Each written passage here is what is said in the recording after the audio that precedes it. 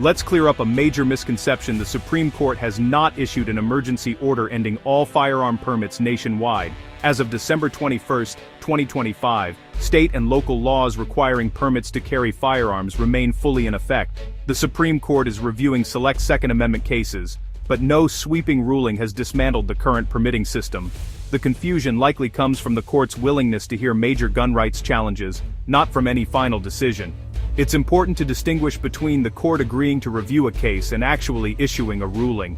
For now, the legal framework for firearm permits stands, and any changes will come through the court's usual deliberate process. Rely on credible sources for updates. There's no emergency order, and the legal landscape is evolving, not overturned. Stay tuned, as the Supreme Court's decisions could have a major impact, but nothing has changed yet. Let's take a closer look at two real and significant cases currently before the Supreme Court, both of which could have a major impact on gun rights and state authority across the country. The first case, Woolford versus Lopez, centers on Hawaii's unique approach to gun regulation. While Hawaii technically allows residents to apply for concealed carry permits, the state also enforces a sweeping ban on carrying firearms in most public places. Challengers argue that this combination makes the right to carry a firearm almost impossible to exercise in practice, effectively nullifying the constitutional protection. The Ninth Circuit Court of Appeals sided with Hawaii, upholding these strict limitations. But gun rights advocates, believing the restrictions go too far, have now appealed to the Supreme Court. The nation's highest court is set to hear arguments in Woolford versus Lopez this winter, and the outcome could set a precedent for how far states can go in regulating public carry. At the heart of the case is a fundamental question: can a state issue concealed carry permits but then ban guns in nearly every public space, making the permit almost meaningless? The answer could redefine the balance between public safety and individual rights. Meanwhile, the Marquis case out of Massachusetts raises a different but related issue. It asks whether states can require out-of-state visitors, who are legal gun owners in their home states, to obtain a local permit before carrying a firearm, even temporarily, within state borders. 25 states have joined together to support Marquis, urging the Supreme Court to require national recognition of concealed carry permits, much like how driver's licenses are honored across state lines. They argue that a patchwork of state laws creates confusion and unfairly burdens lawful gun owners who travel. The Supreme Court has not yet decided whether it will take up the Marquis case. However, both Woolford and Marquis highlight the complex and often conflicting landscape of American gun laws, as well as the ongoing debate over the limits of state power versus the rights of individuals under the Second Amendment. The decisions in these cases could fundamentally reshape how the Second Amendment is interpreted and enforced nationwide, affecting millions of Americans and the future of gun regulation in the United States. The legal fight over gun rights is about much more than just the rights of individuals. It's a high-stakes contest between federal authority and state sovereignty, with both sides determined to shape the future of the Second Amendment. In the Woolford case, the Department of Justice under President Trump took a bold step, urging the Supreme Court to weigh in. The DOJ argued that Hawaii's strict gun law directly conflicts with the Supreme Court's 2022 Bruin decision, which expanded gun rights nationwide. According to the DOJ, Hawaii's restrictions undermine the constitutional right to carry firearms for self-defense. They warn that if left unchecked, similar laws in other states could erode the protections the Supreme Court has recognized, making urgent review necessary to maintain consistency across the country. This federal support signals a significant push to limit the power of states to create broad gun-free zones, and to ensure that individual rights are not overridden by local regulations. On the other side, states like California, New York, and Massachusetts are fiercely defending their authority to regulate firearms in the name of public safety. They argue that each state faces unique challenges: urban violence, population density, and local culture that justify stricter laws. These states insist that the Second Amendment was never meant to prevent reasonable regulation, and that local lawmakers are best positioned to decide what's necessary to protect their communities. The Marquis case highlights this deep divide. 25 states are pushing for national reciprocity, which would require all states to honor each other's concealed carry permits, while others are fighting to keep control over their own gun laws. This isn't just a legal battle, it's a political and cultural clash, with passionate advocates on both sides. The debate over gun rights and public safety is playing out in courtrooms, legislatures, and on the streets, reflecting deep divisions in American society.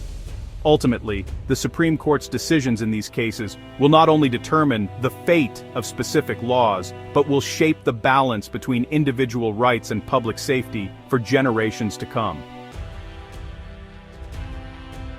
At the core, this debate is about two visions of the Second Amendment. Gun rights advocates say the right to bear arms is fundamental and shouldn't be limited by state lines or excessive restrictions. They argue that permit requirements and gun-free zones make self-defense rights meaningless. Gun control supporters counter that states must protect public safety and tailor laws to local needs, especially in crowded cities. The Supreme Court must decide, is the Second Amendment an absolute right, or can states set their own limits? The Supreme Court is stepping in because states have created a confusing patchwork of gun laws. Across the country, the rules for carrying and possessing firearms can change dramatically from one state, or even one city, to the next. This lack of uniformity has led to a surge in legal challenges and uncertainty for both gun owners and law enforcement. In Hawaii, lawmakers responded to the Bruin decision by technically allowing permits, but then banning guns in most public places, essentially making it nearly impossible to carry legally. This approach is now being challenged in the Woolford case, which could set a precedent for how far states can go in restricting where guns are allowed. Meanwhile, Massachusetts has taken a different approach.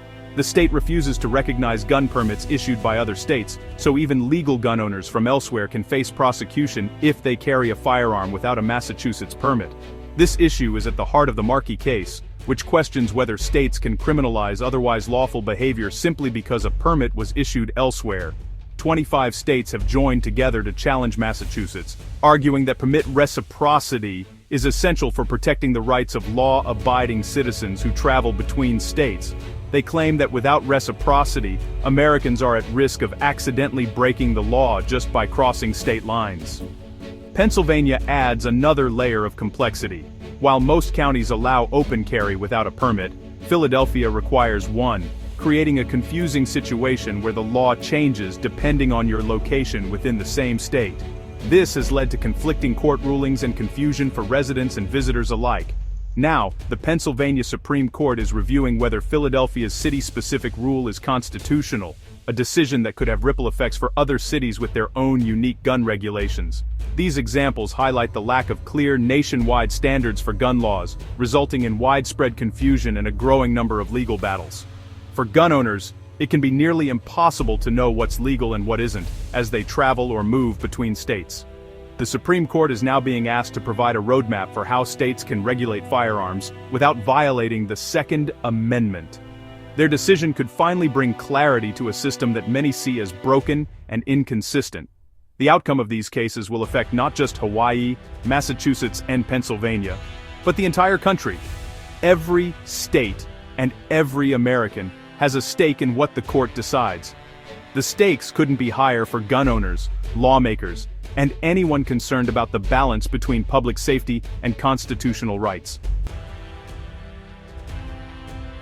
The 2021 Samotbapin Trisundan Titubukransan Supreme Court decision in Bruin changed the rules for gun laws nationwide. Before Bruin, courts balanced public safety against gun rights, giving states leeway to regulate. Bruin replaced that with a history and tradition test. Modern gun laws must match what existed when the Second and 14th Amendments were ratified. This made it much harder for states to defend new gun control measures. Bruin also affirmed the right to carry a handgun for self-defense outside the home, ending may-issue permit systems. But the ruling left big questions. What counts as a sensitive place? What requirements are allowed? Lower courts have issued conflicting decisions, creating legal chaos. That's why cases like Woolford are back before the Supreme Court, to clarify what the Second Amendment really means today. The Supreme Court's decisions in Woolford and possibly Markey could reshape gun laws nationwide. If the court sides with the challengers, states may lose the power to ban guns in most public places, expanding where firearms can be carried. This would be a major win for gun rights advocates. But gun control supporters fear it would make public spaces less safe. States with strict laws would have to rewrite their regulations. If the court upholds Hawaii's or Massachusetts's laws, states could keep broad authority to regulate guns and require local permits. That would preserve the current patchwork system and allow states to set their own standards. A ruling for Markey could create national permit reciprocity, while a loss would keep the status quo. Either way, the court's decisions will have sweeping consequences for gun owners and state governments. The Supreme Court's upcoming decisions will shape gun rights and regulations for years to come. A ruling for gun rights could strike down broad gun-free zones and lead to national permit reciprocity. Gun rights supporters would celebrate, but gun control advocates warn of increased violence and less public safety. If the court sides with the states, local governments keep the power to set stricter rules, especially in cities. The stakes are high, and the legal landscape could shift dramatically. It's crucial to stay informed through reliable, non-partisan sources like SCOTUS blog and major news outlets. Understanding these cases helps Americans know how their rights and communities may change. The Supreme Court's decisions will define the next era of firearm regulation in the United States.